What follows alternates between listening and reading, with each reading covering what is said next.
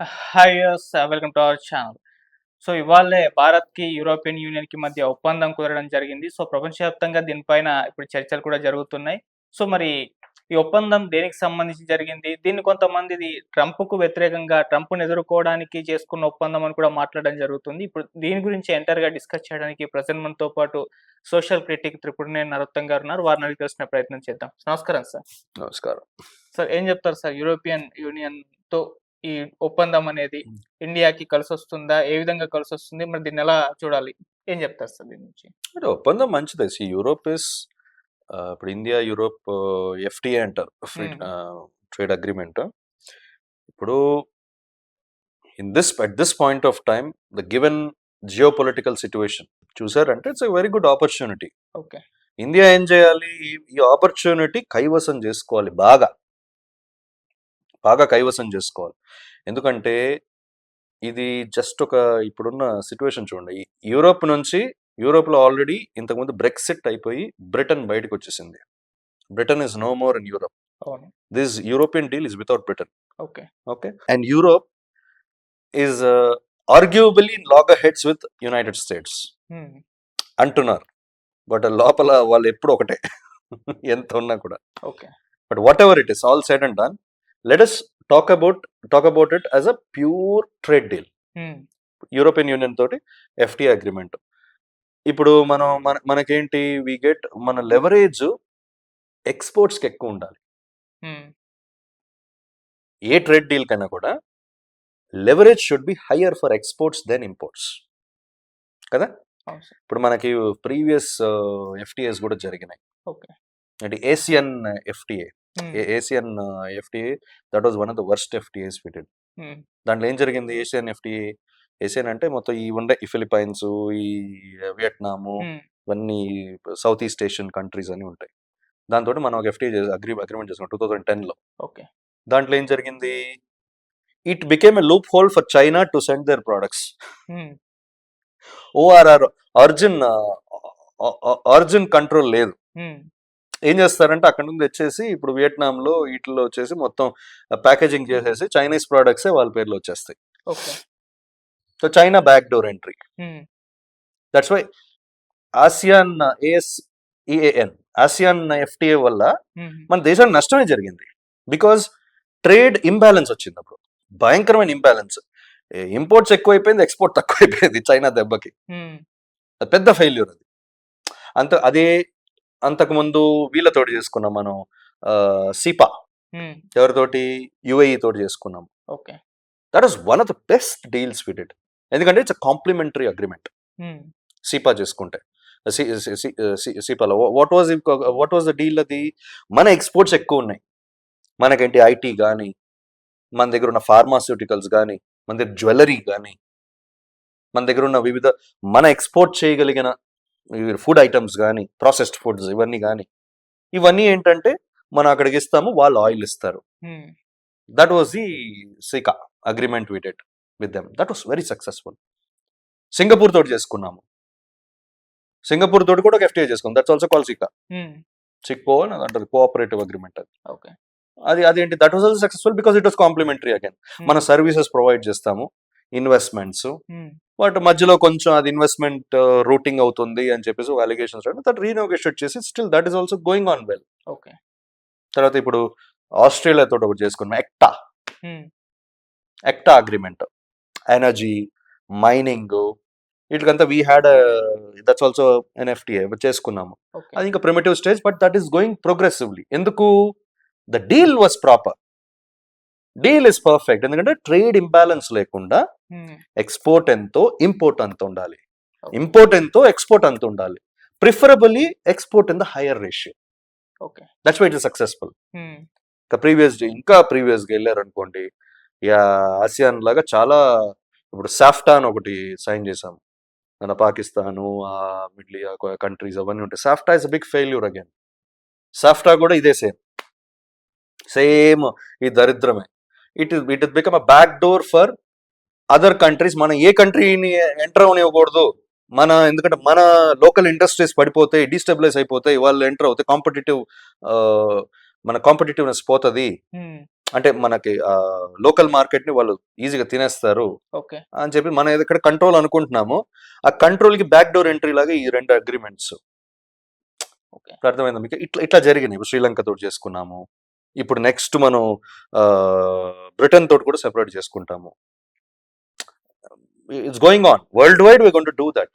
Okay. ఇప్పుడు Europe విషయానికి వచ్చినప్పుడు ఏంటంటే, see Europe is predominantly service sector economy. Predominantly service sector. మనం ఏంటి, మనం ఐటీ సెక్టర్లో హై ఎండ్. మనం we can provide services, we can provide personnel అన్ని ఉంటాయి. ఫార్మాలో కూడా మనం ఉంటాం. ఫార్మా రంగంలో వాళ్ళు కూడా దే హ్యావ్ డిఫరెంట్ ఇది సెటప్స్. మనం జ్యువెలరీ ఎక్స్పోర్ట్స్, వాళ్ళు కూడా ఏంటి చాలా మెటల్స్ ఎక్స్పోర్ట్స్ ఉన్నాయి. So this is not like a complimentary economies. Europe and India are somewhere down the line clashing economies. Okay. వాళ్ళు కొన్ని చేసే మనం కూడా చేస్తాము. ఈ FTAs should always be like a barter. It's not clash అయినప్పుడే వస్తాయి ఇష్యూస్. అది మనం కరెక్ట్ గా వీ షుడ్ డీల్. ఇప్పుడు ఆటోమొబైల్స్ ఉంది, ఆటోమొబైల్ ఇండస్ట్రీలో పార్ట్స్, ఈవీ మ్యానుఫ్యాక్చరింగ్, వీటికి అంతా ఏంటి మనం we should strike a deal. Manufacturing setups అంతా మీరు ఇండియాలో పెట్టండి, కీప్ ఇట్ ఇన్ ఇండియా. మీరు అక్కడ will go with all the compliances. మనం ఎక్స్పోర్ట్ ఇంపోర్ట్, మనకి ఎక్స్పోర్ట్కి ఇంత ఎక్స్పోర్ట్, ఈ ఎక్స్పోర్ట్స్ మాకు యాక్సెస్ ఇవ్వండి మార్కెట్కి, యూరోపియన్ మార్కెట్కి మా ప్రోడక్ట్స్కి.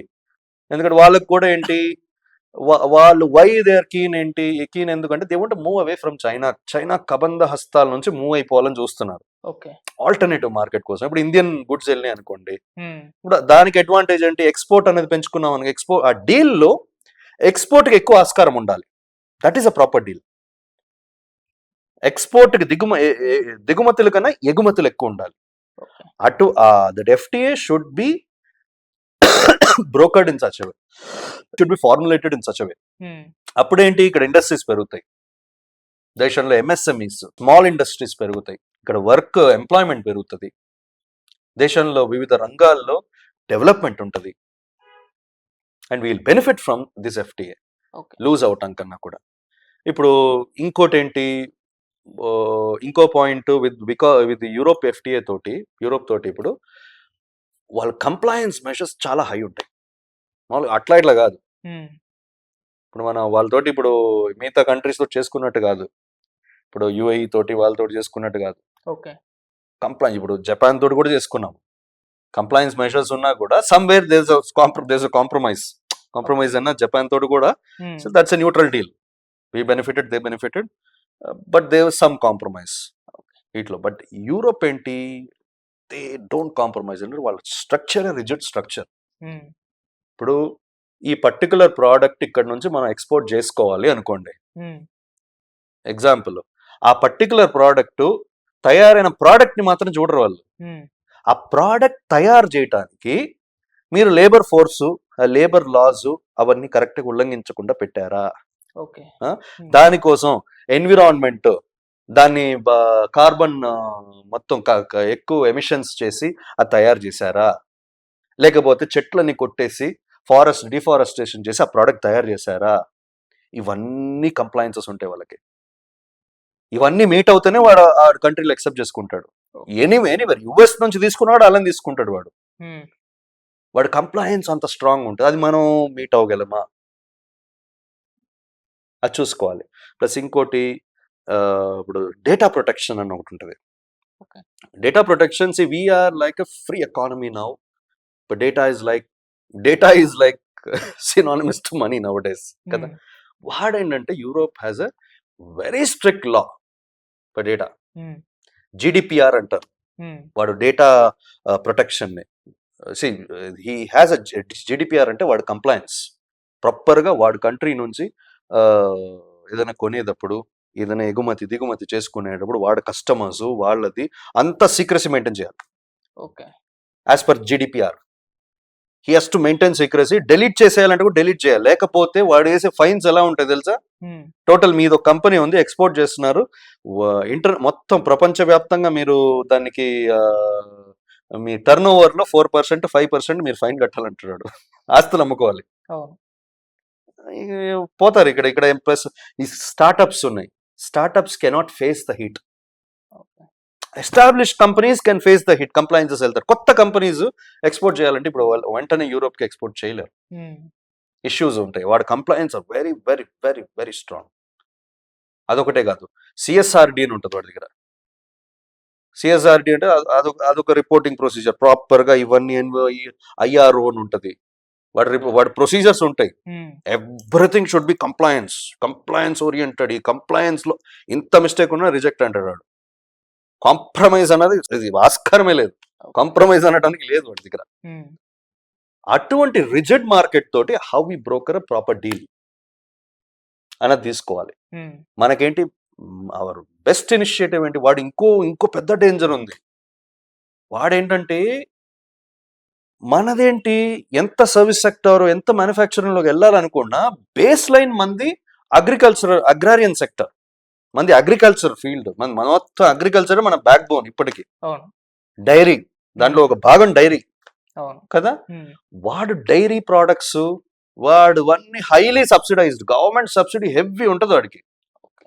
వాడి ప్రోడక్ట్స్ మన దానికి ఇప్పుడు ఎఫ్టీఏ చేసుకున్నామంటే టారిఫ్స్ ఏం లేకుండా వచ్చిందంటే మన లోకల్ ప్రోడక్ట్స్ చంపేస్తాడు వాడు.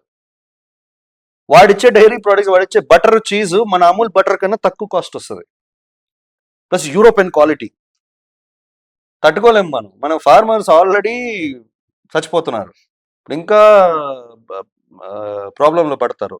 ఇప్పుడు ఫార్మా ఇండస్ట్రీ తీసుకుందాము, వాడేమో ఏంటి పేటెంట్స్, మనకేంటి ఇప్పుడు ఒక మంచి ఒక క్యాన్సర్కి ఒక మెడిసిన్ వచ్చింది అనుకోండి, మన కంట్రీ ఏంటంటే ఫ్రీ స్టైల్లో ఉంది. మన ఏంటి ఇప్పుడు వెంటనే ఒక జనరిక్ వచ్చేస్తుంది, పేటెంట్ ఇయర్ అయిపోగానే టక్కుని తీసుకొచ్చేస్తారు. పీపుల్ సెంట్రిక్, కొంచెం ఆ బ్యాలెన్స్ అనేది ఉంది ఇక్కడ. వాడేంటి అట్లా కాదు, జనరిక్ కూడా పేటెంట్ ఎక్స్టెన్షన్ అంటాడు వాడు. ఫార్మా ఈ అత్యవసర ఫార్మా అది వచ్చేసి వాడు యూరోపియన్ వచ్చేసరికి వాడు ఎక్కువ కాస్ట్ ఉంటుంది. ఇక్కడ లోకల్ది జనరిక్ తయారు చేయనివాడు. ఇవన్నీ డేంజర్స్ ఆర్ దేర్. ఇవన్నీ సరిగ్గా మనం చూసుకుని we have to strike the deal with them. And ఇంకొక ఆస్పెక్ట్ ఉంది ఇంట్లో, చూడని ఒక ఆస్పెక్ట్ ఉంది. As far as trade deal is concern, now we discuss this. Geo political situation. ఇప్పుడు అమెరికాకి ఇది బ్యాక్ డోర్ ఎంట్రీ కూడా, ఇస్ బ్యాక్ డోర్ ఎంట్రీ. ఇప్పుడు మనం ప్రాపర్ గా ఓఆర్ ఒరిజిన్ కంప్లయన్స్ అనేది చేసుకోలేదు అనుకోండి, ఒరిజిన్ జస్ట్ అసెంబ్లీ ఒకటే కాదు, ప్యూర్ మ్యానుఫ్యాక్చరింగ్ కూడా యూరోప్ లో జరగాలి, జరిగితేనే మనం ఇంపోర్ట్ చేసుకుంటాము అన్నది క్లారిటీగా ఉండాలి. ఆసియాన్ అగ్రిమెంట్, సాఫ్టా అగ్రిమెంట్ లో చేసుకున్నట్టు ఆ ఫ్రీ స్టైల్లో అక్కడ వదిలేయకూడదు. వదిలేస్తే ఏమవుతుందంటే American companies are already there in Europe, already services manufacturing already their presence ఉంది. వాడు సింపుల్ గా రూటింగ్ చేసుకుని మన దేశానికి వితౌట్ టారిఫ్ పెడేస్తాడు. వాడేమో మనకు టారిఫ్ వేస్తాడు వాడి కంట్రీకి వేసుకోవడానికి, కానీ మన కంట్రీకి యూరోప్ ద్వారా పంపించేస్తాడు. He will benefit indirectly. America will benefit indirectly. కాబట్టి ఇప్పుడు అమెరికాని దెబ్బ కొట్టడానికే, అంటే ఇప్పుడు టారిఫ్స్ విధిస్తుంది, భారీగా నష్టపోతుంది భారత్, అందుకే ఈ డీల్ చేసుకుందన్న ఒక వర్షన్ కూడా లేదు.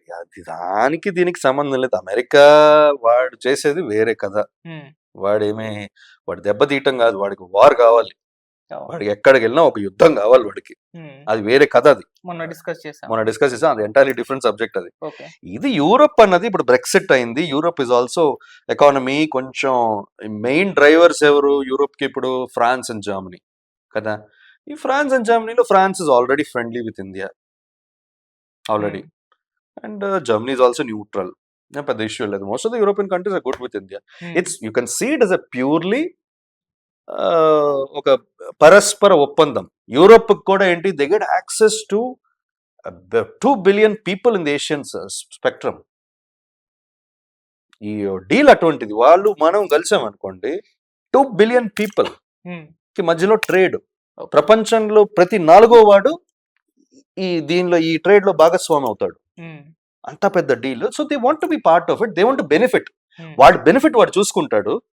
ఆ చూసుకునే క్రమంలో వాడు అటు కూడా లొంగుతాడు. బికాస్ ఇన్వెస్ట్మెంట్స్ అంటే అమెరికా నుంచి ఈజీగా వస్తాయి. యూరోప్ లో కూడా చాలా పువర్ కంట్రీస్ ఉన్నాయి, మనం అనుకుంటాం యూరోప్ మొత్తం రిచ్ అని. వెళ్తే చాలా తినడానికి కూడా ఉండవు కొన్ని చోట్ల, బట్ కంప్లయన్సెస్ ఉంటాయి. ఇప్పుడు అక్కడ అటువంటి కంట్రీస్లో ఇవి ఎఫ్టీఏ చేసుకున్నాం అనుకోండి, అమెరికన్ ఇన్వెస్ట్మెంట్స్ వస్తాయి. గార్బ్ ఆఫ్ మ్యానుఫ్యాక్చరింగ్ అటు వచ్చి అసెంబ్లీ చేసుకుని మళ్ళీ మనకే డంప్ చేస్తారు. కానీ మనకు మాత్రం డైరెక్ట్గా ఏంటి, మనం వాడికి డైరెక్ట్గా ఎగుమతి చేసుకోవాలంటే మనకు వల్ల కాదు. వాడు ఎక్కువ ఆల్రెడీ టారిఫ్స్ పెంచేస్తున్నాడు. సో వాడికి అన్ఈవెన్ డీల్ అవుతుంది. అందుకనే ఈ ఎఫ్టీఏలో మనం యూరోప్ తోటి సైన్ చేసే ఎఫ్టీఏలో ఇవన్నీ ఆస్పెక్ట్స్ అన్ని చాలా క్లియర్గా పరిశీలించుకొని మనం సైన్ చేయాలి. ఎగుమతి ఎక్కువ ఉండేలాగా, ఆస్కారం ఉండేలాగా, ఆ ఎగుమతికి కంప్లయన్సెస్ ఇన్ని నిబంధనలు ఉన్నాయి, దానికి రిలాక్సేషన్స్ తీసుకోవాలి. నంబర్ 2. నంబర్ 3, ఆరిజిన్ అన్నది చూసుకోవాలి. Origin of the product, manufacturing purely యూరోప్లోనే జరగాలి అనే ఎవిడెన్స్ బేస్ ఉంటేనే ఇంపోర్ట్ చేయాలి. ప్లస్ కస్టమ్స్ క్లియరెన్సెస్ అవన్నీ ఇండియా కంట్రోల్ ఉండాలి. Then this will work out.